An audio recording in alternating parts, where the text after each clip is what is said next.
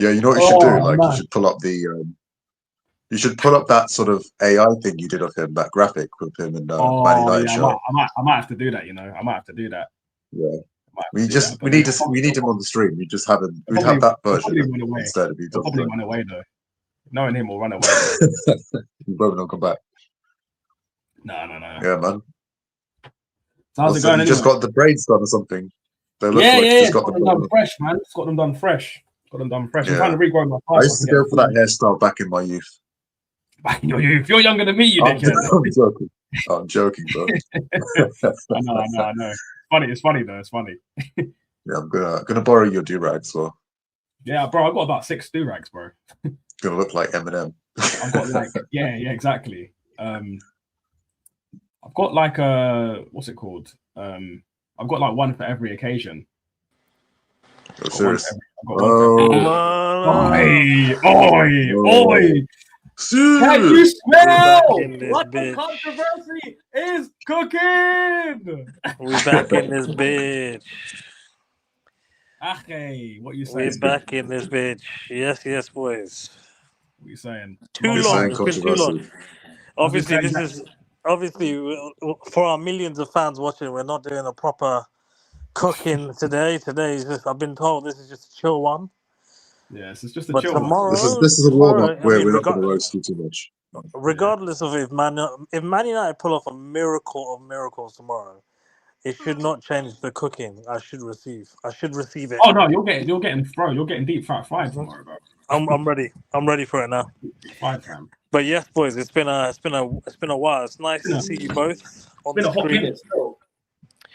It's nice to see that obviously Arsenal are very much title favourites now, if we can be honest. Title favourites are still a bit tight, bro, I think. And I just feel like despite Man City paying 20 million for Mark Guhei, which is probably the best deal I've seen since Haaland, I would say. But I don't think it's going to make too much of a difference, boys. But I think we've been saying this for a while. I know we're going to go into it, but I've been saying this for a while. Where are your transfers, boys? Bro, that's why one of the things on the description is, do we need a winger? Because I've been saying since the beginning of the season that left-hand side is still dusty.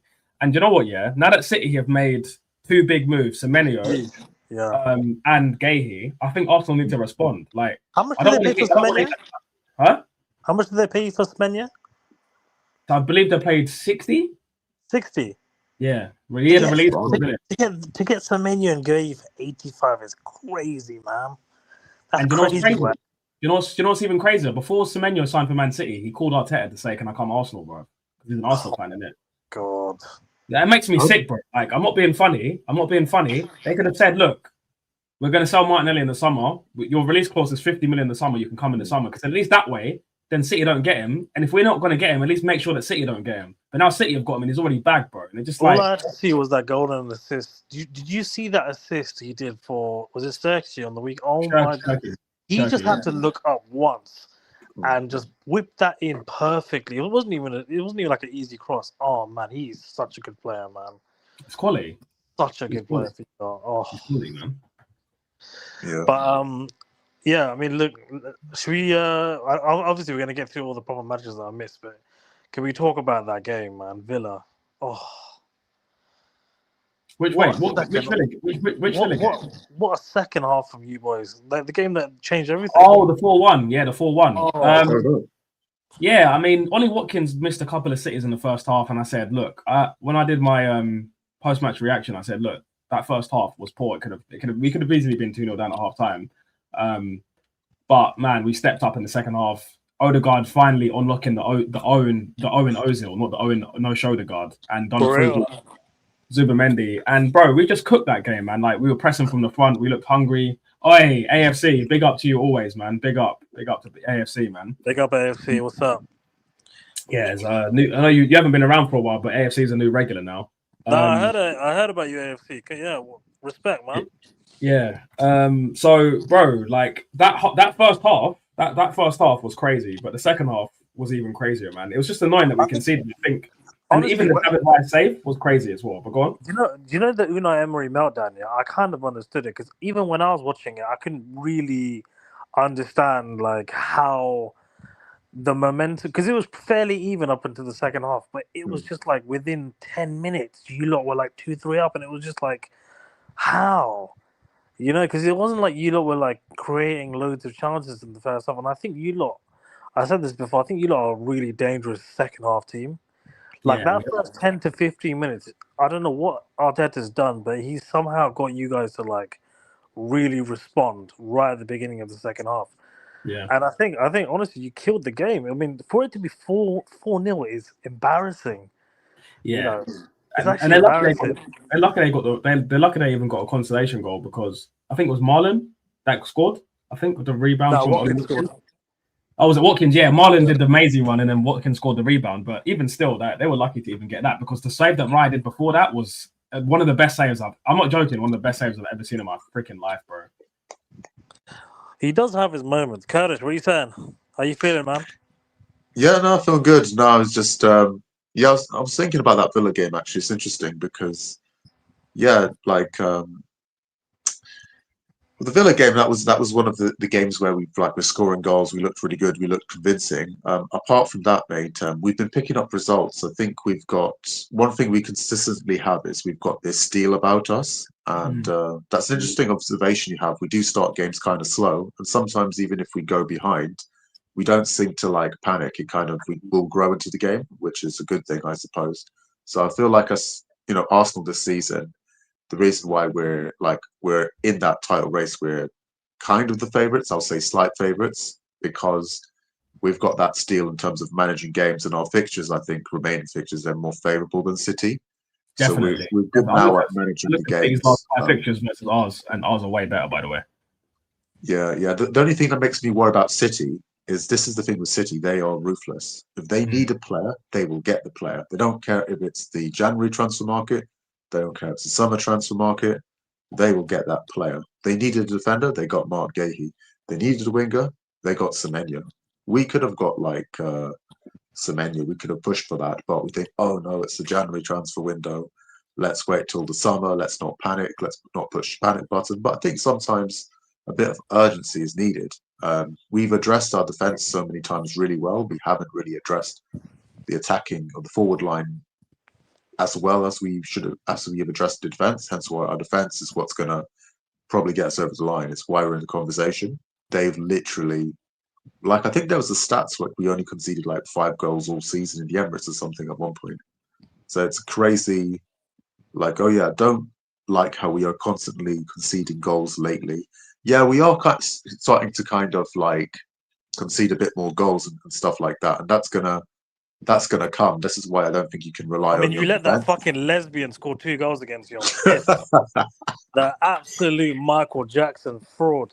I couldn't believe it. But I was actually watching this analysis. Someone was saying about Liam Ross. We'll get onto Liam Ross in there, but you know how he plays from the back, and I think his right back becomes effectively a right winger when they go, and then he has 2 holding midfielders. But pretty much everything is just done. So if you attack their back half, which you guys were probably doing, you can probably attack them. That's why he scored 3 goals. But for them to score 2 goals, I didn't obviously watch the match, but just to AFC's point, was it? Was it defendable, the goals?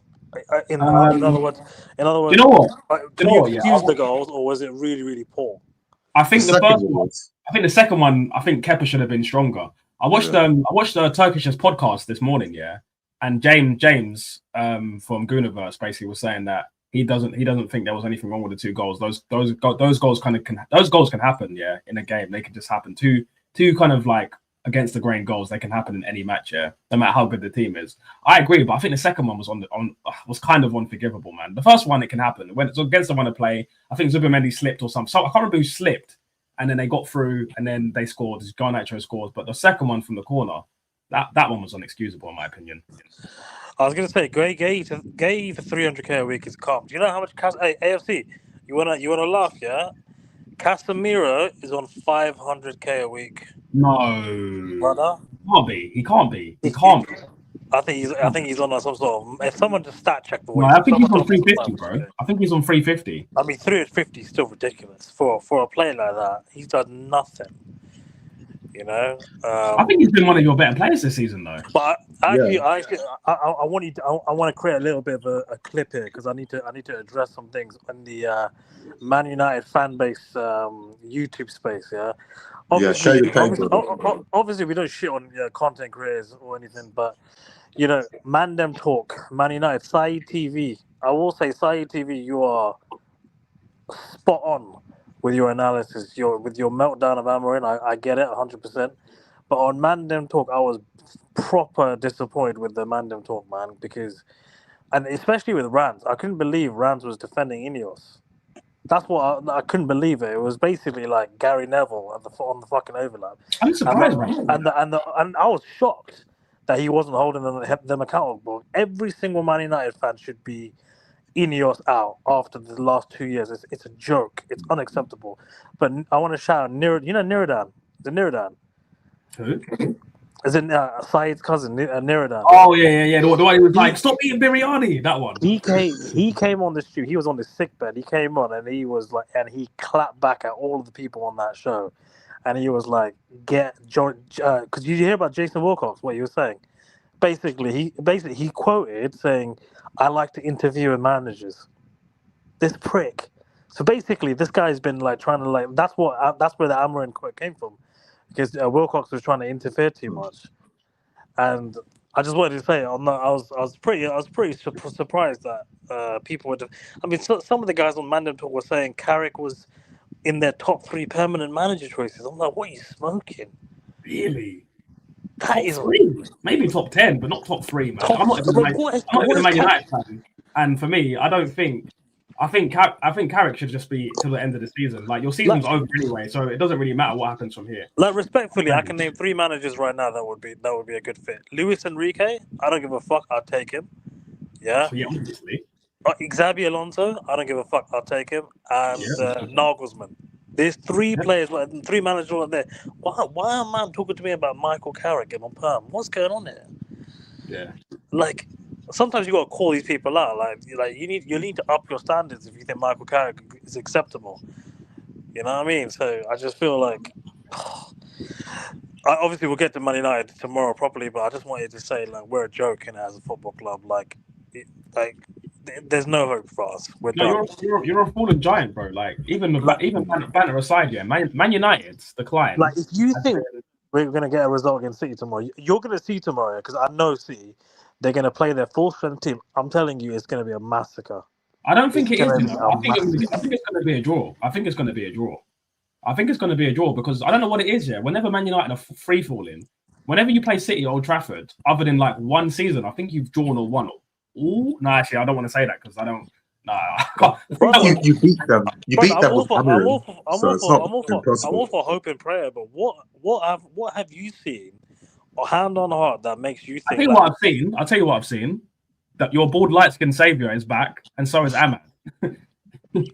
Listen, trust in that bald light skin, man, because I'm telling you, Bremo always turns up. Bremo is your best player, bro. Bremo is your best outlet. The problem, but the issue is that we've got rid of a manager that was, in my opinion, I think Amorim was starting to sing a tune out of his place. I think the African Cup of Nations kind of fucked up the whole momentum of it.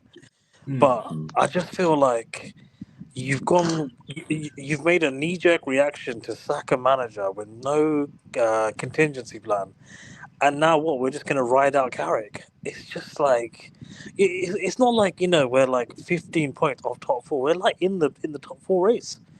So it's just it's insane, bro. I can't believe it because I saw the Saeed TV rant about Amorim and how you want Amorim sacked, but most United fans would like. We thought, Amorim will stay at least at the end of the season. To sack him in January when there's this transfer window as well, it's just odd. Like, who are we going to attract with Carrick as our interim manager? Like, who wants to come to Man United with Carrick there? It's just crazy. I would have sacked him in Feb. If you're going to sack him in Feb. Don't sack him like in the beginning of a transfer window. It's just odd. AFC saying Glasner might be the new Man United manager. What do you think of that? I'm down. Search? I'm down. He plays from the back, 3 at the back. He's won a cup, but I mean, obviously, he's planning to leave Crystal Palace. It's done. But if we were going to get Glasner, we would have got Glasner now. It's done. Did you say it's done? Well, Glasner's basically come out and said he's done. He's I thought you said done, not done. Sorry. No. Glasner's basically come out and said, "Look, this is my last season at Crystal Palace," which means that I don't think anyone's. He's basically putting the feelers out for anyone to come and get him. But I think, and this is my biggest fear about Man United, the fact that we got Johnny Evans and Steve Holland, who was Gareth Southgate's second man, suggests that we're probably lining up Gareth Southgate in the summer because our board is run by English media. That's it. It's just English. It's just going to be completely English now, which, boys, it's the end. It's the end of our club. In my club, it's done. It's done. Don't be so bleak. Don't be so bleak. It's done. I don't think it's that bad. If we get an English manager, there's never been a successful English manager in the history of football. That's true. That's actually. Do you want to hear a fun who is the most successful English manager statistically? Is Gareth Southgate, and he's won nothing. No, wouldn't it Let be? that sink in. Wouldn't it be what's the Newcastle manager called? Eddie Howe's right. Eddie. Is he? Yeah, Eddie Howe. Howe? Eddie Howe's Eddie Howe's won the Carabao Cup. Yeah, and I think that makes him the most successful English. No, because Redknapp, I think, won with Portsmouth, didn't he? I think he won an FA Cup with Portsmouth. And if you go further back, I'm sure there was a manager that was. Hold on, what's his name? Let me see. Boys, do you want to hear a funny stat? If you want to go all the way back, then it's probably going to be the brother that manager. Yeah, in terms of Premier League, it is Eddie Howe, but obviously you got Bob Paisley as well. But boys, funny story. So English managers are so rubbish. There's never been an English manager that's won the Premier League since it's been formed. There's been 2 Scottish managers even that won the Premier League, Kenny Dalglish and Ferguson, but never an English manager. And then the English media want to tell you that the English manager has to be an Englishman. He could be an Englishman if there's the talent there. Eddie Howe wouldn't be a bad fit for England manager. But what kills me is when you see this stat there's never been an England manager, an English manager who won the bloody domestic league, and we rave all the time about how a foreign manager should never manage the Premier League. It should be an Englishman all the time. Before Southgate at England, guess which 2 England managers had the best win ratio? Obviously that's just one stat, but it's not, infinite of everything. The 2 managers with the best win ratio for England was Sven-Göran Eriksson and Fabio Capello. England only reached the semi-finals. I think they reached it once with Bobby Robson, who was a good English manager to be fair, and Terry Venables. But England don't produce these type of managers anymore who can manage big teams. So that's why they turn to foreign coaches. So having a foreigner isn't the approach. I think FA, they've developed English talent. They haven't developed English manager talent. That's their problem. You see Jude Bellingham and players now playing abroad and playing in all kinds of leagues, playing in the Premier League and doing well there. But we don't have the same with English coaches. Eddie Howe is the exception, maybe, who's done something decent, done pretty well with Newcastle. Yeah. Yeah, but Curtis, if you look at any sport, and I'm just gonna call it how it is. English management of any sport, I mean, we're just shit. And I include myself in it because I am English. We're shit. We're not good managers. We think we basically with the English managers, we're arrogant, we're stubborn. We think things should be done a certain way, but we're usually about 2-3 seasons behind everyone else in terms of our thinking because we don't allow ourselves to. There's a reason why Pep and Arteta are the top 2 managers in the league, and they're Spanish. There's a reason why Luis Enrique is there. It's because they're detail focused. They try new things. They're open minded. English managers they're too stubborn for their own good. And someone like Southgate, for him to go that far, with, in my opinion, that England team that Southgate had, that was hands down the best English team we've ever had. In terms of quality, I wouldn't say the best English team we had, but compared to the competition, if you think relative to the rest of like for example, That's what I'm saying. Relative to the other teams, we should win no, but tournaments. in every single position in that England team, you have a world-class player that could get into any other national team. That's what I'm trying to say. So, like for example, if you did a combined, if you look at the last World Cup or Euros and you did a combined World 11 based on just quality, you probably have about 4 or 5 English players in there, which is ridiculous. And yeah, he was the football was shit under Southgate. Yeah, playing with handbrake on. And B, we didn't win anything. You know, exactly. And so that just tells me that you should under no circumstances you should ever go to English management. None. No, you know what? This is an unpopular opinion, yeah. But I think I said on our last stream that if I could choose the England manager, I'd pick Arsene Wenger. Because I think he'd get the best out of the attacking players. And I think, honestly, Wenger, I know he's not managed for a while, but just even just hearing him be like, well, quality and, I didn't see the replay, but I will watch the replay. Can I just say to Roy Marsh, hey, I would love to see the current Man United men's football team go against the Arsenal women's team, because I know for a fact we ain't winning that. You think Man United are? You think the Arsenal ladies? I think Arsenal ladies will beat the men. Mums on everything. I'm not joking. Fair. If they play good football and they've just got some sort of tactical awareness, I don't think we're going to out tackle them. I don't think we're going to out football them. If they just keep their shape and pass the ball about, what are we going to do? Yeah, we're not a threat. But big up the Arsenal women team, man. Obviously, Roy, I've not seen the documentary yet, but I know that in the semi-final they were like 2-0 down, ended up winning 3-2, and then obviously 1-0 in the final. It's one of the really one of the greatest Champions League comebacks. Definitely in the women's game as well. Roy, the Real Madrid manager job went to Arbeloa, didn't it? Yeah. He's the. Because it went to Arbeloa. Interesting. For the rest of the season, yeah. For the rest of the season. Yeah. So Glaston's still available, but I think, like I said, I think we're going all in on English management, which is fucking suicidal, basically.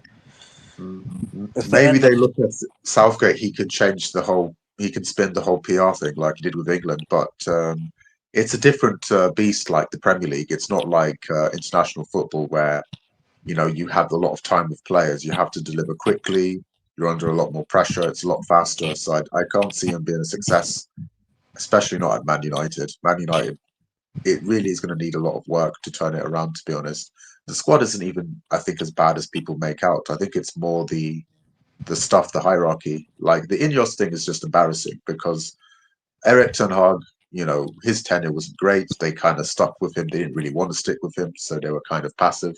And then they made it worse. They went out their way mid-season to get Ruben Amorim. To be honest, I didn't see what it was so special that made them go out their way to get the guy. And then obviously he's a young upcoming coach. They thought, let's look at a guy like an Arteta type guy, like a head coach, whatever, works with players. Apparently doesn't like to be called head coach, but he did have a problem with that for a year or two. So they get this guy mid-season, so they have to spend a lot of money, whatever, sporting to him or whatever. They get him. He didn't want to come mid-season. It leaked to the press. It was just an awkward situation. And I just thought, how's this going to be different to Ten Hag? He came from the Portuguese league. Ten Hag came from the Dutch league. It's not, how is he going to translate to the Premier League? How is he going to get this team playing well? What has he got that his predecessors didn't have? You know what I mean? Yeah. So when he started getting a tune out of him, and I think results flattered a bit because of how poor the Premier League's been. We've had a lot of inconsistent teams. So he's close to the top four, but also close towards the bottom as well. It's kind of wide open. Yeah. But I would give him the benefit. I was giving him the benefit of the doubt because his players are away in AFCON. I feel for him a bit. But him ranting to the press, it's not great because those are his employees, but also it doesn't reflect well on Ineos because they should be managing that situation with him. They need to be keeping this guy happy. They need to keep him on side. And he's ranting. This is the guy they went on limb to get and back. This was their guy. He is cussing them out of this.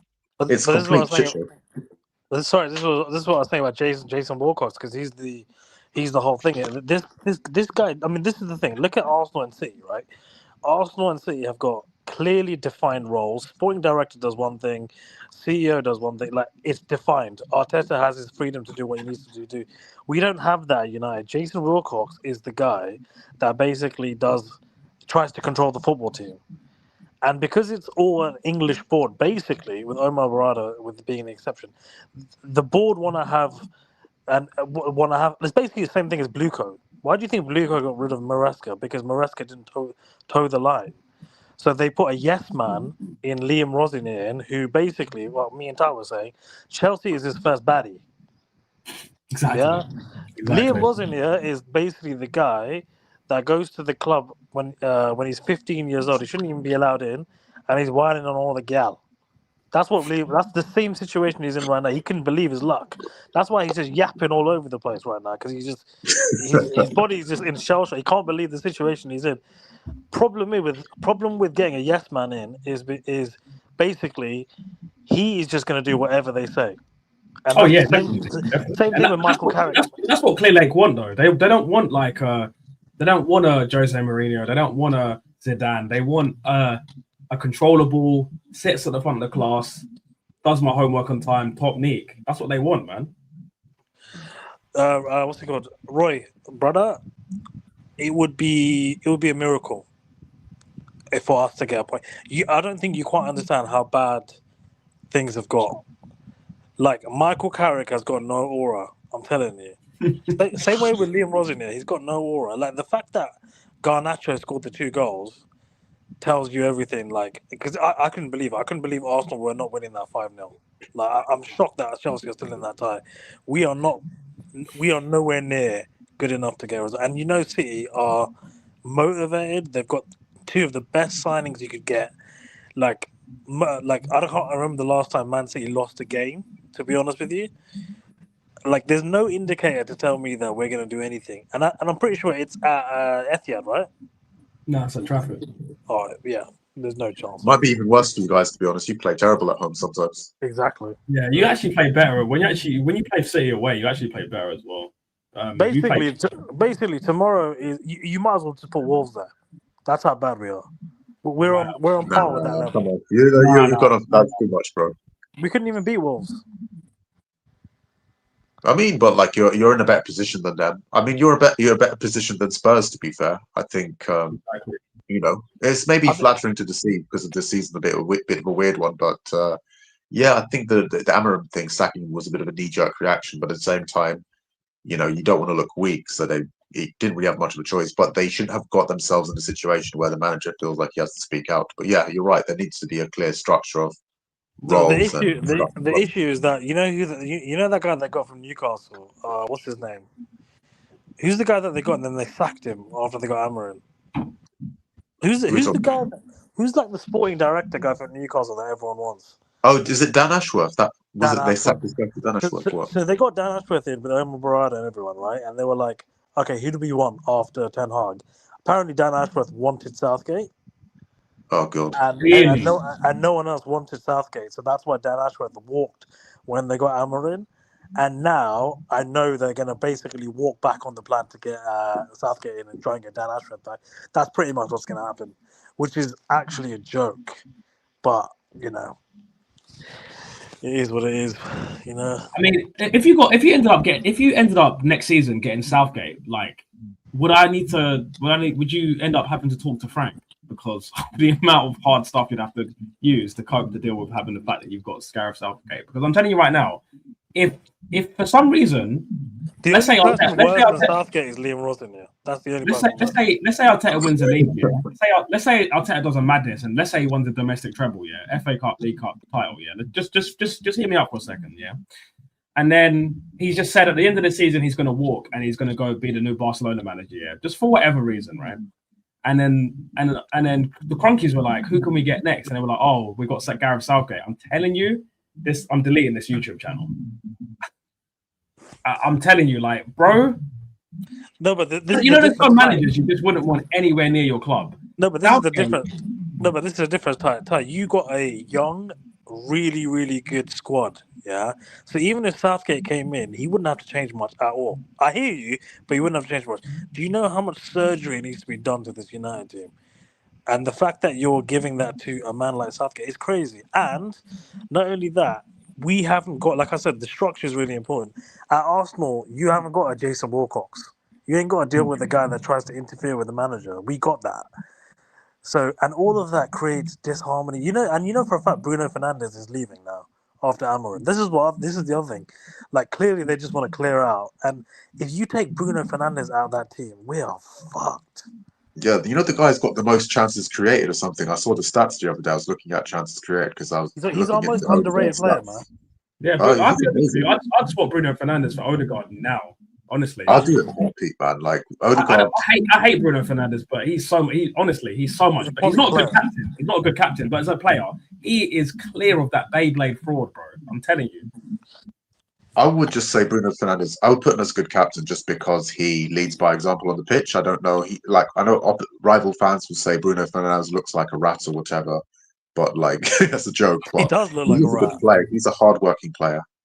He's such a hardworking player, and I look at it and I'm like, how has this guy not become mediocre? He's literally dug you guys out of so much holes, and you still look shit.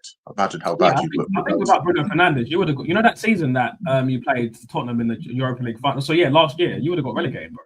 I'm not joking either. No, but this is what I'm saying. Like, I think people think that people think that Man United fans are exaggerating the seriousness of the situation. But the fact of the matter is, we were a couple of points from we were one game away from finishing 17th. So technically, we were the worst team in the league outside of the relegated teams, and that was during a period where we had a new manager come in that was going through a transition. Right now, we got Michael Carrick.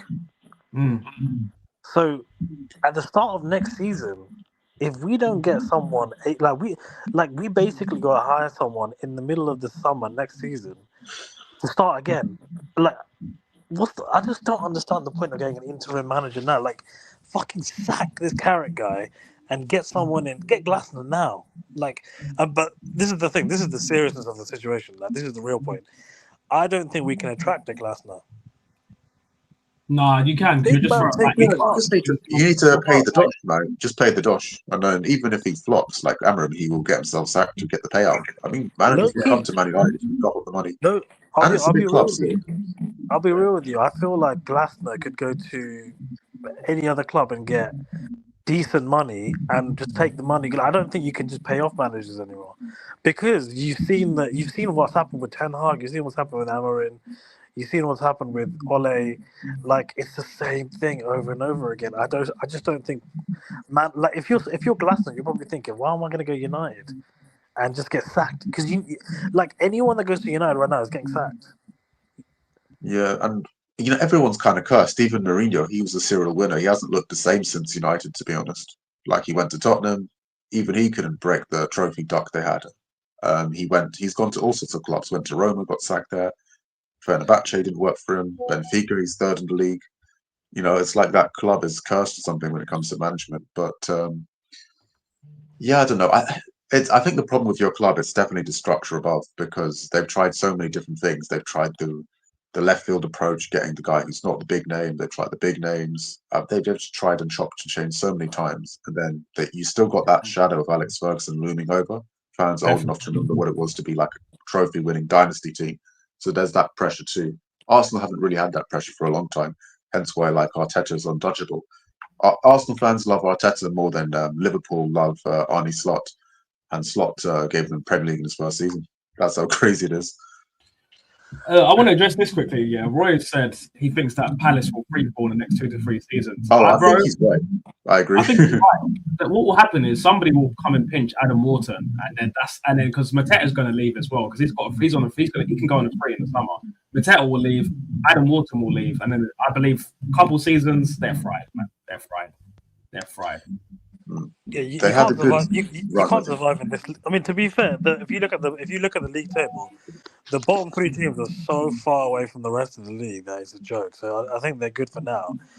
But like, this league has become so competitive now. You know what I mean? I just feel like top 4 is for anyone. If Liverpool don't fix up, I think they will fix up and get top 4. But I think it's just looking, and that's why I think that with Southgate coming in, I think basically Man United have resigned to the fact that they're never going to compete again. No, I don't know if Southgate's coming in. I don't know if that's confirmed. As but long as Arteta and Pep are in this league, basically no one's bothered. I think, well, just to address Roy's Palace comment, I think, yeah, it does look. We'll wait and see next season, but right now it doesn't look good. They just got smacked by Macclesfield. That's very embarrassing. They lost Guhei now. They've lost Eze. They've lost what's his name? 20 million as well. They got fuck off from Guhei as well, man. What's 20 million going to do? Yeah, that's not good business, but. We'll have to see. We'll see what their scouting, what their recruitment is like in terms of replacing players and who comes in terms of a manager. But yeah, it doesn't look good right now.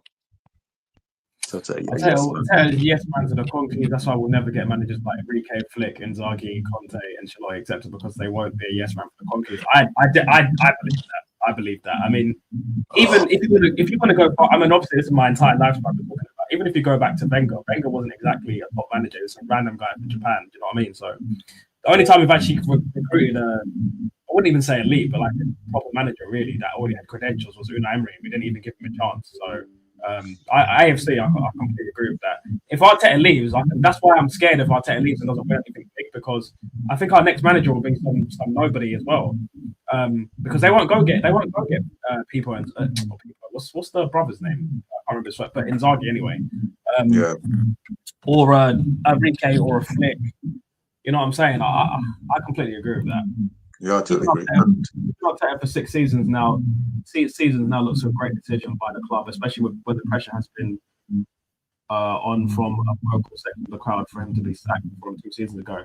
Right? Yeah. Obviously, you're an Arteta in guy. You back the manager. Fair enough. I think we've had a little dispute about. I think you thought that I wanted Arteta sacked. Right now, I wouldn't sack Arteta. He's at top of the league, every competition. He's doing what he's supposed to be doing. Fair enough. My only concerns of Arteta is when it comes down to crunch time, he doesn't make a difficult decision. He doesn't gamble. He'd rather play it safe and lose than not play it safe and potentially win. And the thing is, in life, you cannot play everything safe and expect to get great results. Like great things happen, miracles happen because you put your nuts out there. You know what I'm saying? So yeah, look, now, and the thing is, I think the reason why you think this, Roy, is because you're looking at Man United and you're looking at Chelsea. And I've explained this before.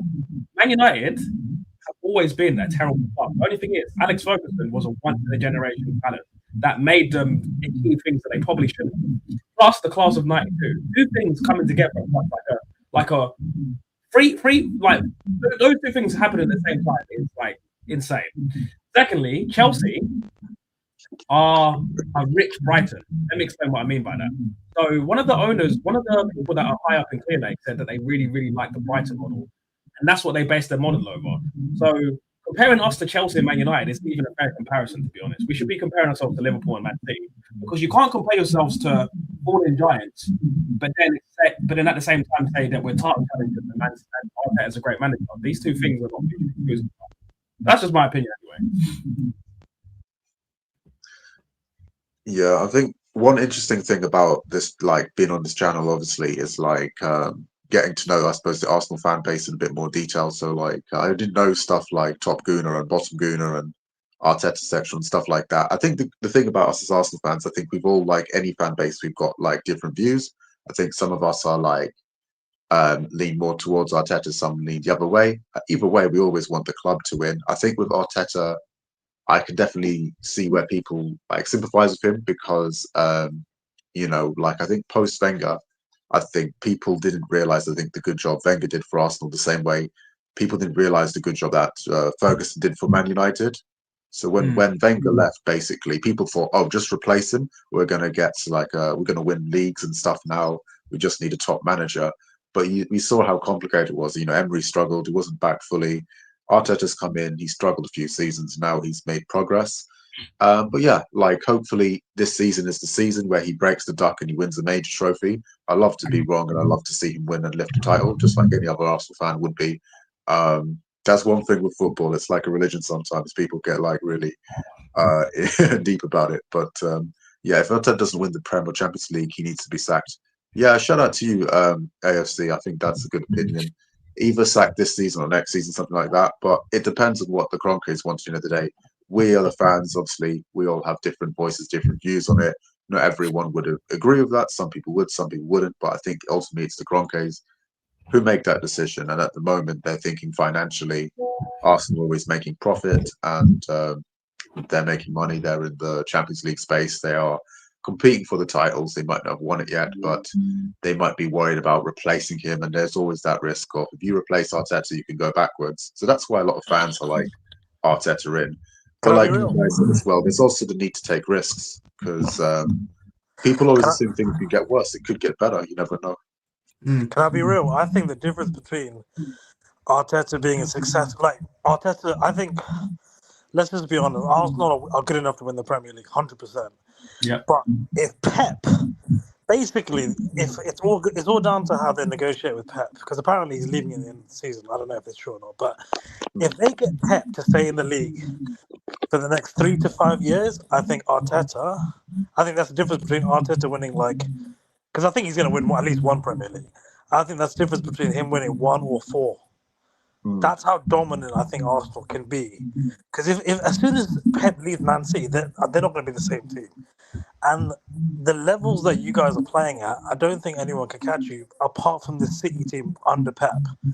So I think that's going to be an interesting factor. If Pep basically, I think if you lot win the league and Pep leaves, it's huge. That's like a double whammy. But if you don't win the league this year and Pep wins, then leaves, it's going to be interesting to see what happens then. Because I think Maresca. I think it's clear that Man City want Maresca, right? Yeah, bro. I think it's very important that Pep's still here, because it will. For me personally, I'm a bit arrogant, yes, in the sense that I want you to like I'm a bit of a. I've got like a staying mindset. I want to be. By the way, someone's got mad feedback on there, Mike. Is it me? I think it might be, yeah. Oh, hold on. Let me see what's on the.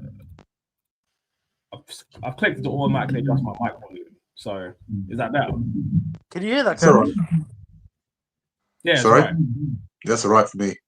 Okay. All right. Yeah, so I personally think that I want Arteta to beat Pep. I think it will be good for him psychologically, because if he can beat Pep and to the Premier League while he's still here, I think it means that he'll be able to go on and dominate, in my opinion. He'll be able to dominate the Premier League. But if he loses and then he wins the next one, it'll still be great to win the Premier League next season. If we don't win this season, it's always great to win the Premier League. But not being able to beat your master is going to be, I think it'll always give him like a bit of a complex.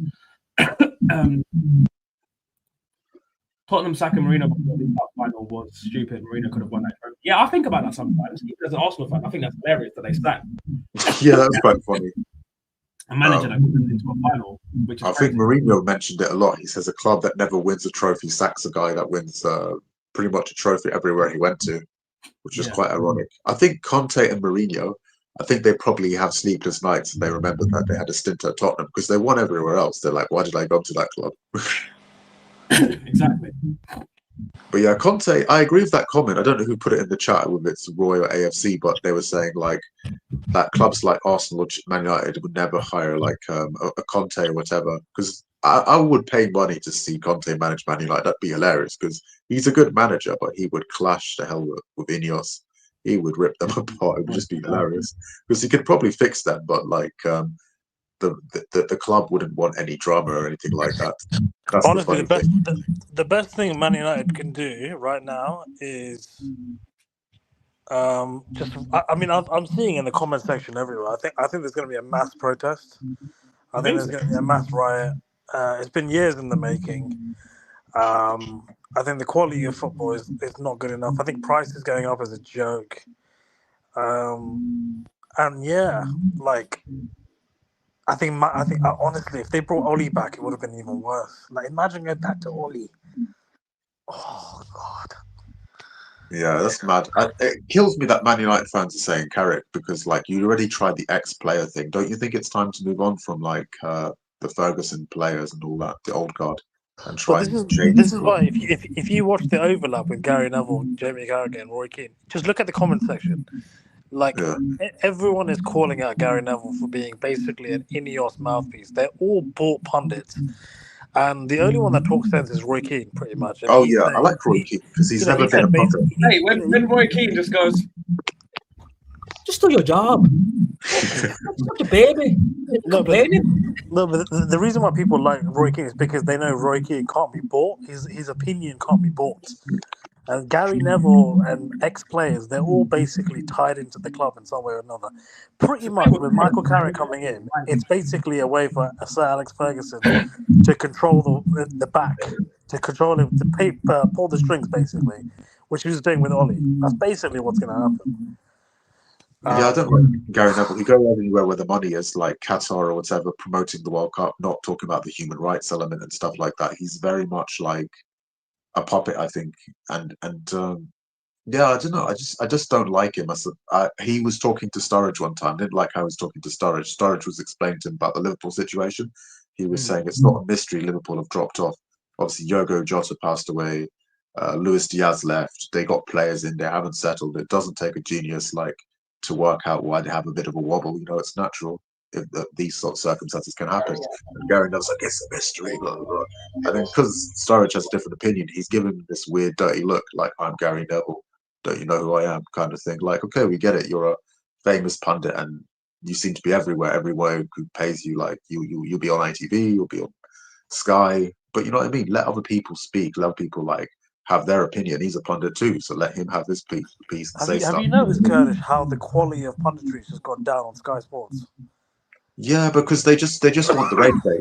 They just want Gary Neville and Jamie Carragher. Jamie Carragher might actually be worse, like the way he slag off African football. Like, bro, mate, Jamie Carragher, I can't stand this. Like, the quality of African football, you know, somebody every competition taken seriously, but to me, you know, your players really be going to, you know, African nations in the middle of the season, you know, big players, especially, you know, you've got players like Salah and Mane and stuff. You know, they're big assets to Liverpool. So they really be going to Africa. I don't think it's really good enough, really. I mean, it's not really a serious competition. Now you can shut up, man. You can shut up. Yeah, it's just a twat. And yeah, I just don't like. He's too biased. Like, he makes stupid points. He'd be like, "Oh, Klopp was better than Arsene Wenger because he won a Champions League." You know, Dovizioso won a Champions League. Are we saying he's better than Wenger because he got the Champions League? You could say Klopp is better than Wenger, but you know, it's convenient. You're an ex-Liverpool player. Yeah, I mean, you could say it's an opinion. There's no fact. There's no really right or wrong, to be honest. Who's better than whoever? You can look at all sorts of stats. But like, because you're a Liverpool player, you always talk from a Liverpool point of view. The other day, my friend came over, yeah, and he's like, "Look, I'm gonna buy you FIFA 26." So he bought it for me, yeah. And they have this thing there now where you can play as a one of the teams is like Chelsea all-time 11. And Arsenal all-time 11, yeah. So I played with like Chelsea, and it got me thinking. I'm like, man, the quality of football has dropped off, man. Because none of these current players, like, it's an interesting debate. Like, if you think about an all-time 11 for each top 6 team, yeah, how many of these current players would even get in? None. Like, it's so like the quality levels are so poor. Like, put it this way, bro, Saaj. As an Arsenal fan, the only Arsenal fan that I could argue that it's in the Emirates era that gets to like the Invincibles, yeah, is Alexis Sanchez, and that's it. And that's it. I can't really argue with anyone else. Some of these top coolers will Saka. No chance. No chance. I saw some people saying Saka was better than Perez, but like, I don't know. It's just come on now. Again. Like, that's just ridiculous. That's just ridiculous. But I'm going to get some of these comments anyway because they're piling up. Palace's goalkeeper Henderson going to Chelsea would be a smart move for the player in Chelsea. Yeah, you know what? I think Sanchez has improved a lot.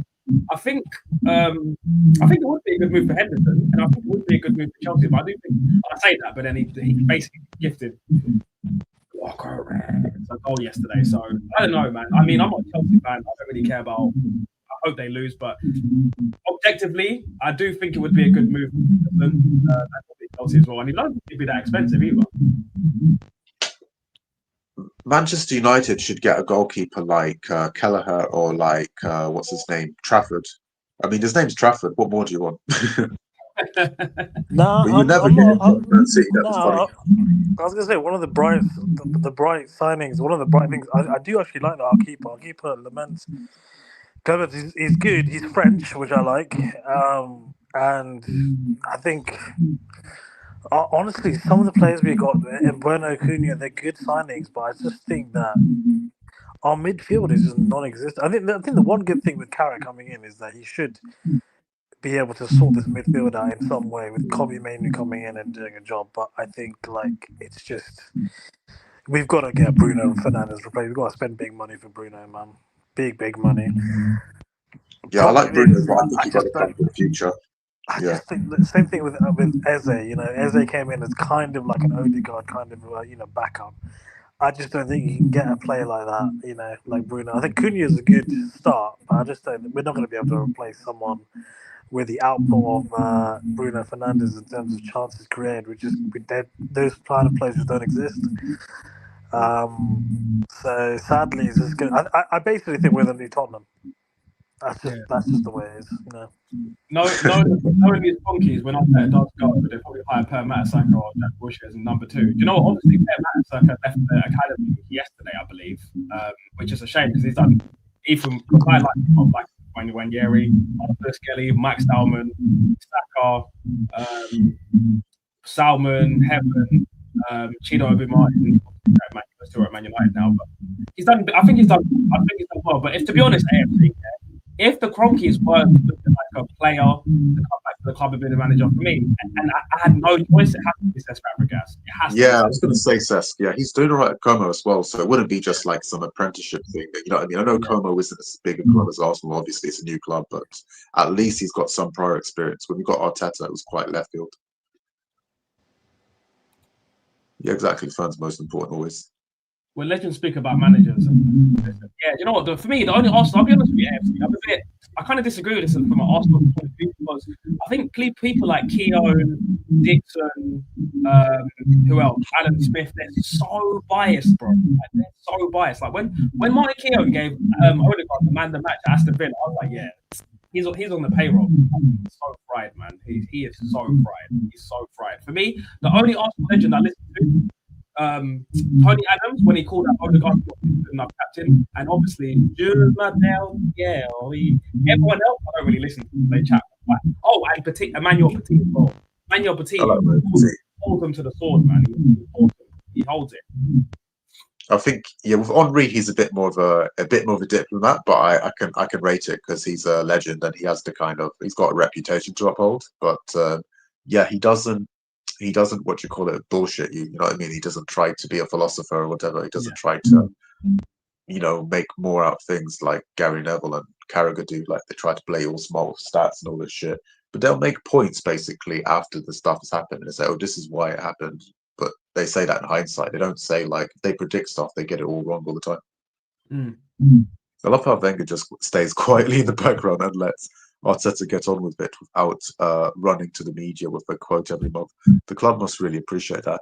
Yeah, I mean, I think Wenger's a gentleman. Like Wenger left the club, and I think he generally cared about Arsenal. I think a lot of Arsenal fans in general felt guilty maybe the way he was treated, handed out. But I think he had to leave, to be honest. Now we can appreciate him as a manager and kind of what he's done, really. Even Man United fans, I think when Ferguson left, there was some crazy people saying shit like the Moyes team that he inherited from Ferguson was super shit and everything, and it's all Ferguson's fault. I'm like, fuck off. What do you want this guy to do? Come out of retirement? Sometimes you just need to cut legends a slack. What do you think, by the way, Saaj, about them? What was it they cut from Ferguson? Like he was allowed to go to the games or something? Yeah, they cut his allowance. It's just sad times. So I mean, I think obviously, I understand that we're in a lot of debt. I understand that we brought in a new ownership to kind of clear some of that out. We're obviously investing in a new stadium, not a new stadium, we're investing in the infrastructure in the stadium. We're bringing in. I saw some of the plans for the new stadium. It's going to be incredible what we're going to do, but the bottom line is that it's all got to be paid for. But I just think that I think the Alex Ferguson thing is tone deaf. Given the state of the club, I don't think that's one thing that I think a lot of fans would going back to the point about the fans being the most important thing. I don't think too many fans would have co-signed that. But ultimately, we're in a position where we can't buy our way out of this. know, 10, 15 years ago you could, but nowadays with PFA and all this shit, like, yeah, like you can't spend your way out of this situation. So our only hope really is that we find the next best manager who, because you know this is how football works. Yeah, like before Pep, there was someone else, you know, changing the way football was played. Probably Ferguson. No, it was Ferguson. Then Wenger came in. Then Mourinho came in, and then Pep came in and changed everything. After Pep, Cruyff as well. Cruyff is the guy and that Cruyff, taught. yeah. But what we've got now is basically, you know, Arteta, who's basically, you know, Pep's pre-com. If we're being honest, yeah? Paprika, you're great, man. and Maresca, He's back, people. He's back. and Maresca is Pep's other ball sack. Yeah, so you got Pep's two ball sacks basically competing with Pep, and you know the only real threat is probably a Luis Enrique. Or Xabi Alonso, and look, they're all Spanish, so we gotta get one of these Spanish motherfuckers to come in and change. Like that's the obvious thing, isn't it? I've been telling you, get Iraola. I don't know why you tried German. We tried what's it, Dutch? You tried Portuguese. Nah, I don't want no beta. I'm not going back to Dutch. I don't want Portuguese. We've done that. Get Iraola then. He'll get you guys playing. You know what? I will tell you who is like the biggest donkey Spanish manager. Who's like the bottom tier Spanish manager? Who is it? I don't know, mate. Who's the worst Spanish get that manager? journalist, get Guilherme Balaguer, that'd be funny. You know who I'll take? You know who I'll take right now? Rafael Benitez. You say Guilherme Balaguer? Yeah, that's a joke, yeah. That's funny. Very funny. Fabrizio Romano. Fabrizio Romano to Manchester United? There we go. No, real talk. Give me Benitez. Really? You take Where Benitez? the fuck is Benitez? You know, I signed for Manchester United. It's a great time to be in the group. I'm talking about facts. Facts. Yeah, that would break the internet, innit? If Rafael Benitez kicked you. Do you remember when we went to Chelsea and United, Liverpool? Manchester United? Darkside, Arteta said this Arsenal team has as good as an invincible team. Oh, fuck yeah. Oh my god. Jesus Christ. I mean, look, I don't think people understand how good that invincible. Like, listen, Henry would, as good as his current Arsenal defense is, Henry would destroy Saliba and Gabriel. Bro, he would send the entire by himself, send that entire thing.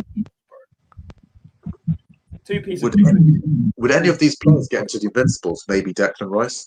I think Declan Rice and Gabriel are probably the only two. They're not getting in. I'm telling you right now. Who are you taking out for fucking Declan Rice? Probably Gilberto Silva. No, Silva's probably the only one. Gilberto Silva. Say he's too quality. But he's quality. That's the thing. Like, I'm only saying this for like the sake of argument. Everyone else, like, it's not even an argument. Like, you could try and argue Gabriel and beat Declan Rice. Everyone else, nah, not for me. Yeah, I think.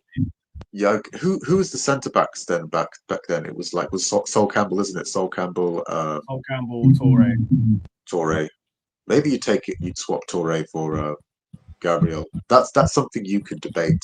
The rest is no debate, basically. Yeah, the rest is no debate. And also as well, obviously Gabriel's left-footed as well. It makes more sense to put him in instead of. What about Layman versus Raya? That might be another one. You could maybe debate it. No? Not for me. Not for you. Not for me. Nah. If it was Raya versus Almunia, that would be funny. It would definitely be Raya. Remember Almunia? Well, Almunia. I hate Almunia, man. I hate everything about him. I hate that weird blonde eye thing he had going. Stupid bleach blonde hair. Yeah. We've had some weird goalkeepers, I'm telling you. We've had some flappy hands, Almunia. We've had some weirdos, man. Oh, do you remember Runnison? Sorry? Do you remember Alex Runnison? Alex who? Exactly. You know, remember Runnison? He played one game on the Arteta. Runnison. Do you remember Runnison? Runnison? No, I don't remember. Oh, hold on, let me. You need to throw this, Google it up. Yeah, I don't know. One game after Arteta, that's funny. Yeah, he played one game and he let like the stupidest free kick, and then I never saw him again. Was it a goalkeeper? Yeah, it was a goalkeeper, bro. Oh, was he American, right? No, it was Icelandic. Icelandic. Yeah, I remember that. We had a really bad goalkeeper who had such a bad, like, he had one game, his only game, and it was so bad. Is this guy? Yeah, I kind of remember him a bit. Yeah, he had a horror show, wasn't it? Yeah, he had I think he played in the Europa League. He was just awful. He played one game, let like a near post shot, and that was I never saw him again. Fabregas is doing great with Congo. We are. Let's not forget. Like, yeah, I mean, Fabregas is, in my opinion, man. He's been here for a decade. And he's been ups and downs with the club, you know.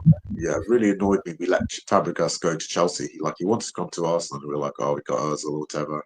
But that's what annoyed me. Like, I would just wish we had like that squad that's like stacked everywhere, like competition places. We've got that now more than ever, but just not on the left wing. It's like we've got competition where we don't want it. We've got so much, like we got Wanyeri, we got Madueke on the with Saka, but we don't really utilize them enough, in my opinion. No, you can utilize at least more pressure on Saka, even if you want to say Saka's your main guy, but just bring them on more. Yeah. At least you can keep Saka fresh as well. Yeah. Plenty of black scouts. They just order mate, he's on fucking supporter up club. What you talking about, mate? Who do you think you are, you cheeky cunt? Who do you think you are? I'm gonna choose paracetamol. Yeah. Damn it, comments on that. I met a Manchester guy who supports Arsenal. That was just random. Do you think? I've got a question for the group. Do you think Slot survives another year? Nah, I think unless Slot like nicks the FA Cup, I think he's gone by the end of the season. By the end of the season, that's harsh. I think if he finishes top 4 and doesn't win something, I think that might be enough. I don't see him finishing top 4. You don't think he'll finish top 4? No, I think the problem is if he finishes 5th, he still gets Champions League football. So that might say finishing 5th might say that. You know the maddest thing about Liverpool is that on paper they look like they can beat anyone. Like if you just look at their players, yeah. Obviously, reservations about their fullbacks still, but apparently their fullbacks are starting to play well again. But just look at their attack; it's dirty. Like they got the best. Isak, two of the best strikers in the league. Still got Salah, still got Gakpo. Their midfield's supposed to like Gravenberch, like McAllister. That's a good attack, man. Yeah, I fancy their attack more than our attack. Even that's how crazy it is. To be honest, I'm just so confused. Yeah, you know, he's everything I wish Gyökeres was. Sorry, Gyökeres, but like he's like a player that would have been great for us. Good. Let's be clear. Arsenal have played Liverpool twice and not beaten them. Yeah. No, bro. Let's put this into perspective. They've not scored. They've not scored. Not scored exactly. So Liverpool might be one of them teams where like they might end up winning the Champions League or some shit just because they got nothing to play for in the league and managers under pressure. Fuck the FA Cup, go for the Champions League, try and win that, and then that'll Because I think honestly this year's Champions League is going to be really interesting because I feel like I don't think this PSG team is as good as it was. I don't know what's happened to PSG. I feel like they've dipped a little bit. I think it's Bayern, Barcelona. I think one of those two. I think you can cancel. I mean, I'm surprised with because I thought Madrid was starting to play well, but clearly Madrid on. Madrid look good enough on paper, but yeah. I think this is probably going to be the most competitive. So why not? I think this is probably going to be the most competitive. I'm also really looking forward to the World Cup. Are you? Yeah. I'm not. Just because I just usually with the World Cup you kind of like know because I just feel like there's probably going to be quite a few teams now that are good on a good level. Yeah. Like this Portugal team is probably going to be quite an interesting one. Argentina are going to be interesting, obviously. Like I just feel like England, France, all these other teams, I think it's a lot closer than people think. You know what's low-key a good team, but nobody talks about it in paper, but not maybe overall, is the Dutch team. If you think about it, because you've got, Okay, Van Dijk. Can you give me their strongest 11? If you Google it. No, to be honest, like maybe their attack is a bit, but I think it's their defense is crazy. Like, was it? They got what? Van Dijk. They got Timber. They've got obviously midfield Frankie De Jong. They've got was it Gravenberch? They've got Luis Enrique, isn't it? On paper, it's a good squad. They've got like players, a lot of big clubs, but for whatever reason, they're not that good. Definitely, they were really shit against England when they played in the Euros. KK, tune into the stream tomorrow. I'm gonna get fucking cooked. We're getting one way or the other. Even if we win that or we don't win that, boy. Because should we do predictions? What do we think the score's going to be for tomorrow? I'm going 1-1. Bruno Fernandes penalty and Haaland's counter attack. I'm going to say 3-1 to Man City. I'm going to go 5-0 Man City. 5-0? Yeah, I think come it's on, going to be a bloodbath. Boy, that's got Jess. Like, who does KK support? I respect the claim. I think he's Man United, isn't he? Bold headed. He's calling me that. Wait, is KK the troll? That's what a tie makes. This is what a tie makes. Wait, who is he calling that? Is he calling Kurdish? No. He's talking about Pep. He said he called Pep a bald egg. Oh, I'm about to say, bro. I thought we were friends. No, it's my cousin. It's my cousin. He's Man United. He hates. I always call when I think of the football on Sundays. I always call Pep a bald fraud. So I'm not surprised. Who does he support? He supports Man United.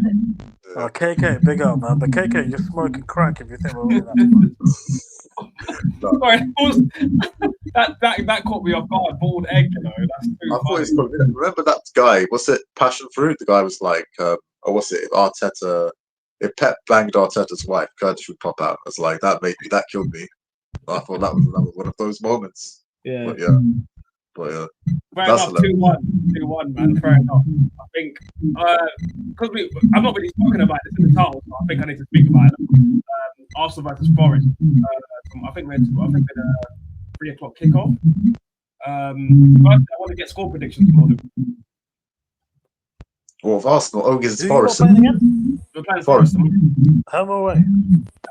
Away at City Ground at 5:30 kickoff.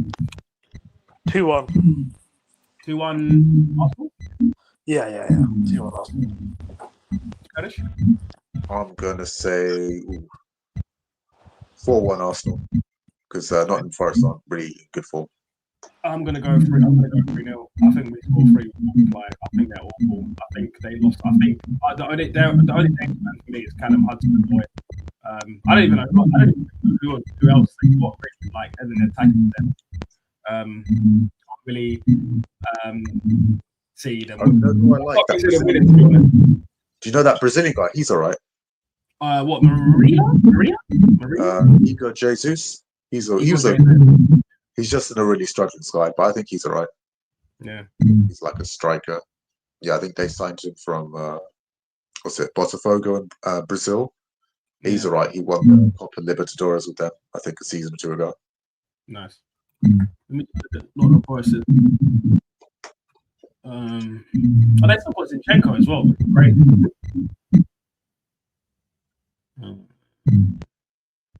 Yeah, like, I'm looking at their team. Mark Hutchinson, Hudson-Odoi is a danger man. Igor Jesus, and then Awani is good, I think. And then Chris Wood is in. So yeah, I think that should be light work. To be honest. Yeah, anti-football derby, bro. It's gonna be haram. Haram football, so Haram ball. it's gonna be haram ball, mate. Yo, Sean Dyche. Do you know what? Going back to because I think we need to crack more jokes about English management. Yeah, isn't Sean Dyche like the poster boy of like English management? Like, just like if we're being real, the greatest English manager of all time is Sean Dyche. You're a fool, bro. No, but if you think about it, you can't count Southgate because he got given a generational England team. Can I say something? Even Eddie Howe has got like a really good Newcastle team. Sean Dyche does it with shit footballers, season in and season out. And yeah, he doesn't win anything, but he gets them to a respectable 15th in the league. That is English management. I'm gonna counter that with my guy, Big Sam Allardyce. My guy. Sam Allardyce. Oh, you mean the guy that lasted 20 days in the England job? Yeah, but he's got 100% win ratio record with England. So that's facts. Can't argue with facts. They beat Malta, which is my mum's country, so I'm still pissed about that. But he got sacked the next day because what was it?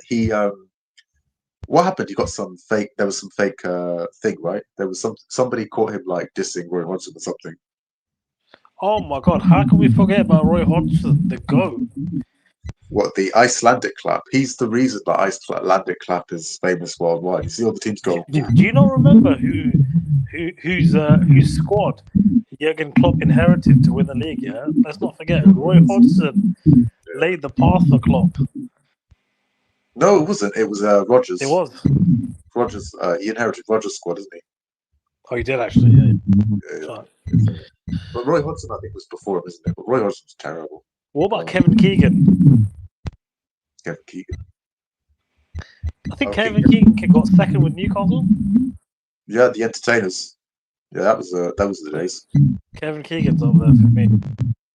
He's good. You know who's good English managers? Terry Venables and Bobby Robson, because they actually managed in Europe as well. Like they managed Barcelona. Bobby Robson, Ronaldo. Yeah, but he was respected, and they both got semi-finals with England. Getting semi-finals with England is the equivalent of winning a World Cup or a Euros.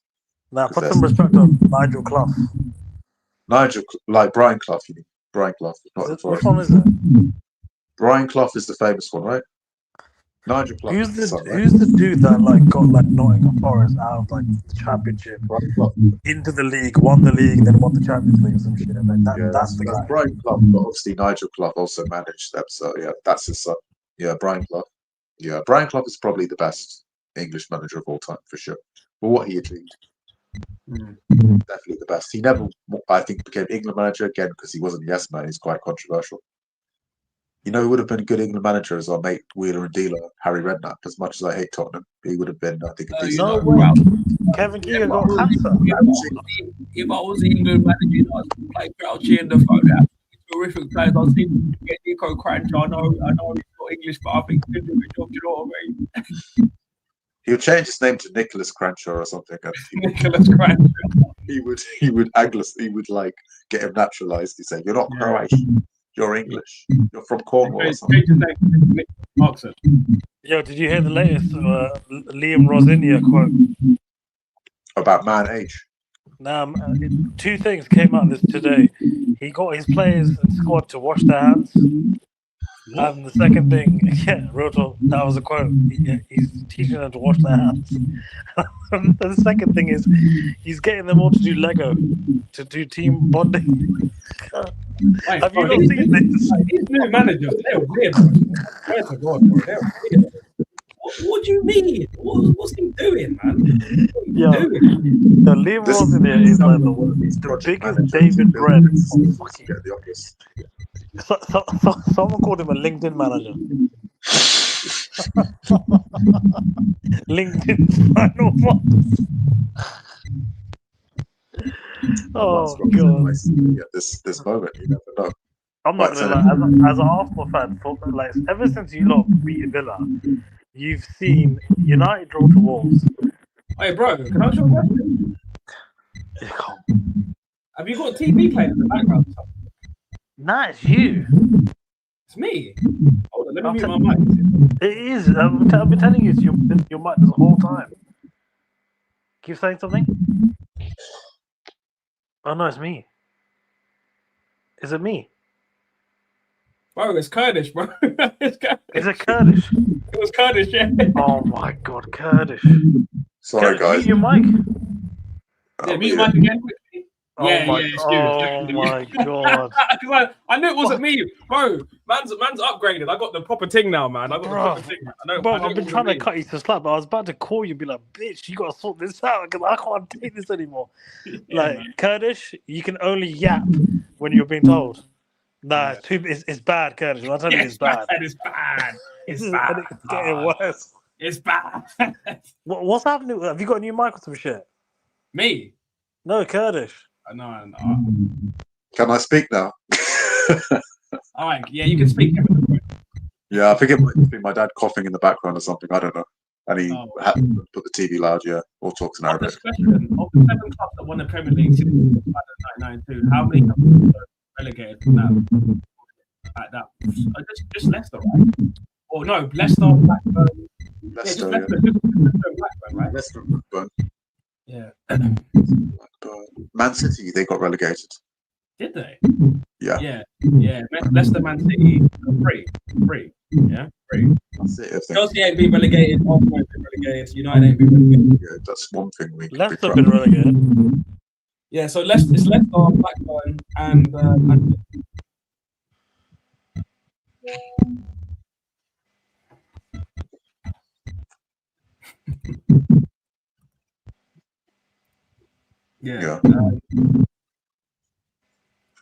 yeah. Blackburn, Leicester, Man City. Good little test of the ball. Free up Kurdish. Yo, Kurdish, put your mute your shit again, man. Shout out to KKABA, whatever it is. Yeah, you're my favourite Man United fan. You and Saaj. Yeah. Wait, it's actually got normal now. Oh no, it's not. Why did it take you this long to realise this? Even my TV is paused, paused, literally. I'm just watching. I don't know, man. Maybe it's your phone. Maybe you want to reset. Maybe you want to. Yo, Kurdish, do us a favour, and turn your whole shit off. Yeah, sorry, I'm gonna have to mute you, man. That shit is. Yeah, thank God. Sorry, I was gonna say, you can't put any clips out because this whole fucking shit. Kurdish had a stinker and he's been hooked back. Kurdish, you're the Liam Rosinia of this stream, man. Hey, you gotta be put on mute. The guy, I'm telling you, Ty, just do me a favor. Look up Michael Caine, Ipcress Files. Looks exactly like Liam Rosinia. Just do it. Do it, for God's sake. Ipcress File. How many fucking lookalikes does this Liam Rosinia have? He looks like Matisse. He looks like Cole Anderson. Will from the In-Betweeners. Like, this guy. Hey, Kurdish, low-key, he looks like you. Oh my days, he does as well. That's hilarious. He actually does look like Kurdish. That's jokes. Did you see it? Yeah. Share it. Put it in this chat or whatever. Put it in the screen. You've got to do it, please. I beg you. He's got the thick glasses.